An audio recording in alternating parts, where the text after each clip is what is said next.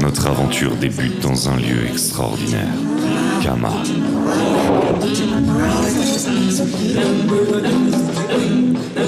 La flamme de l'Ubuntu brûlait ardemment grâce à l'apport de chacun. Les Kamites, êtres surhumains, puisaient leur force de l'essence d'Ubuntu pour protéger les hommes. Mais avec la dégradation de cette essence, certains humains eurent accès à une partie de leur pouvoir. De nos jours, la vie suit son cours dans les cités construites, tandis que le chaos profite de la misère pour se propager. Comme ses prédécesseurs, le roi Mansa Musa assure l'éclosion de nouveaux gardiens en attendant le retour de The Last Kamite.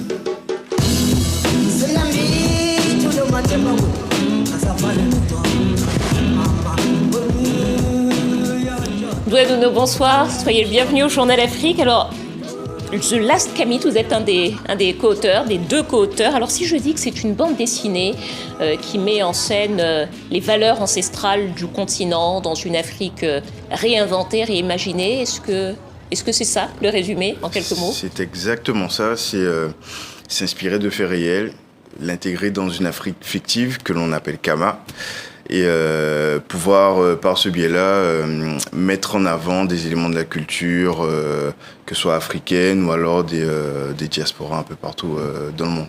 Alors, à quoi elle ressemble, cette Afrique fictive ? Alors, physiquement, elle a les mêmes contours que l'Afrique telle qu'on la connaît. Et après, nous, ce qu'on veut, c'est par exemple le royaume du Dahomey, les choses comme ça, au lieu des contours des pays tels qu'on les voit actuellement.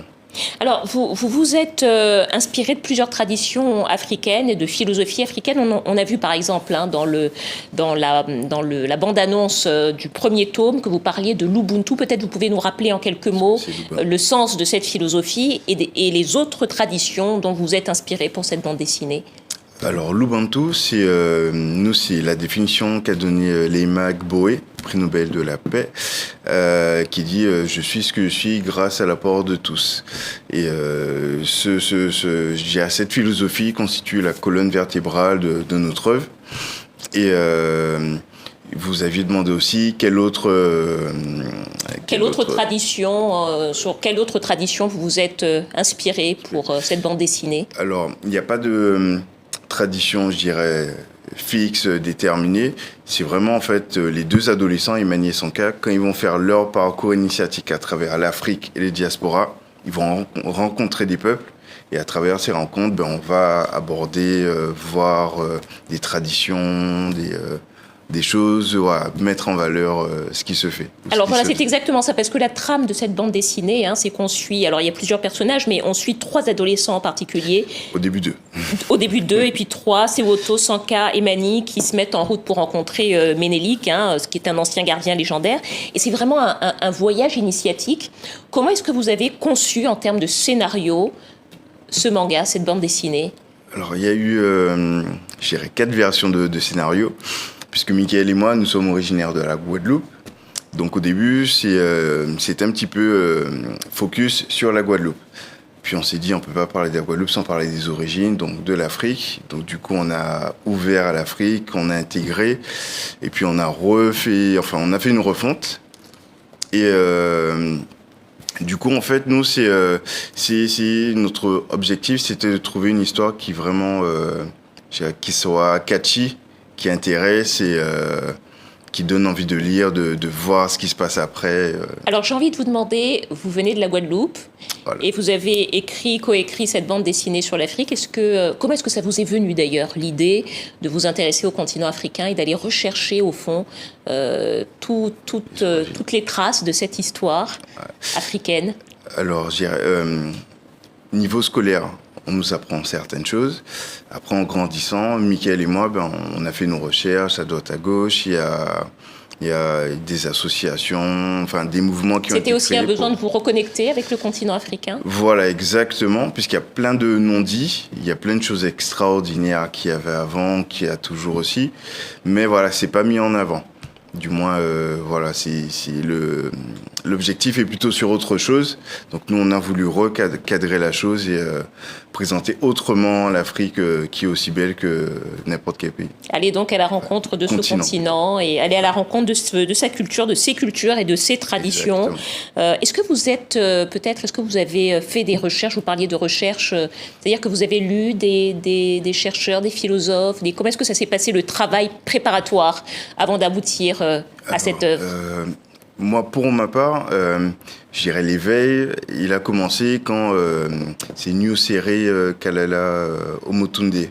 C'est un professeur aussi de Guadeloupe, mais lui, voilà, il s'évertue à mettre en avant des choses passées ou présentes, mais qui ont été tirées de l'histoire africaine et qui sont réadaptées à l'ère actuelle. Donc voilà, je dirais que l'éveil a commencé par lui et du coup, ça m'a intéressé de savoir autre chose, ce qu'il y avait, ne serait-ce que par rapport à l'esclavage, d'où on venait, comment ça s'est un petit peu passé et voilà. Et c'est en cherchant, ça amène à d'autres choses. Et ça a donné cette bande dessinée qui est un manga. Alors j'ai envie de vous demander pourquoi avoir choisi le genre du manga en fait? Parce que c'est vrai que c'est des bandes dessinées qui sont très connues parmi les jeunes, mais ce sont des bandes dessinées nées au Japon. Au Japon, voilà, exactement. La particularité pour nous, c'est que c'est totalement en couleur, contrairement au manga où c'est noir et blanc normalement. Puisque tout petit, on est de la génération Club Dorothée.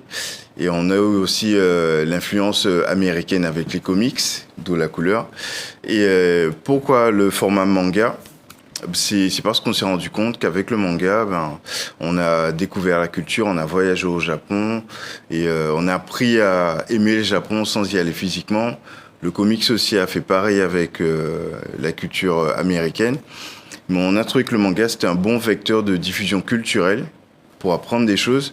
Donc, on s'est dit qu'on va réutiliser les mêmes codes. Mais pour parler de l'Afrique. Alors, peut-être en quelques mots pour parler du manga, parce que tout le monde ne sait pas ce que c'est que les mangas.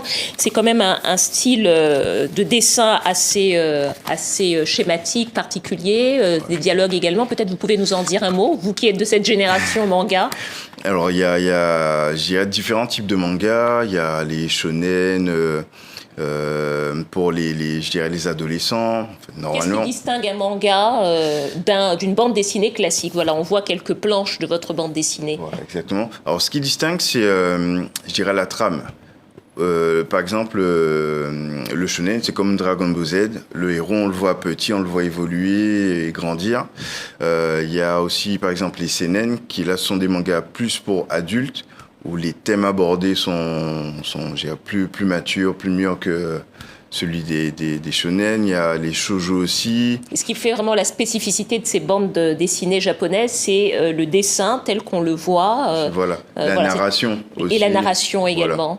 Voilà. Exactement. Et c'est comment dire ?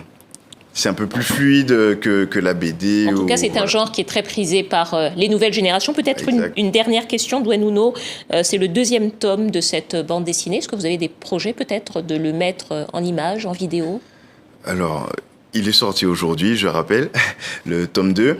Et oui, un projet, effectivement, nous, on aimerait bien pouvoir le porter à l'écran. Aussi, peut-être sur le support dématérialisé, puisque c'est ce qui se fait maintenant aussi en numérique, et aussi sur le support, je dirais, vidéoludique, que ce soit aussi jeux de plateau ou alors jeux vidéo sur téléphone ou console. Et on vous souhaite bonne chance pour tous ces projets. The Last Kamit, bande dessinée dans une Afrique réinventée avec 3 adolescents africains.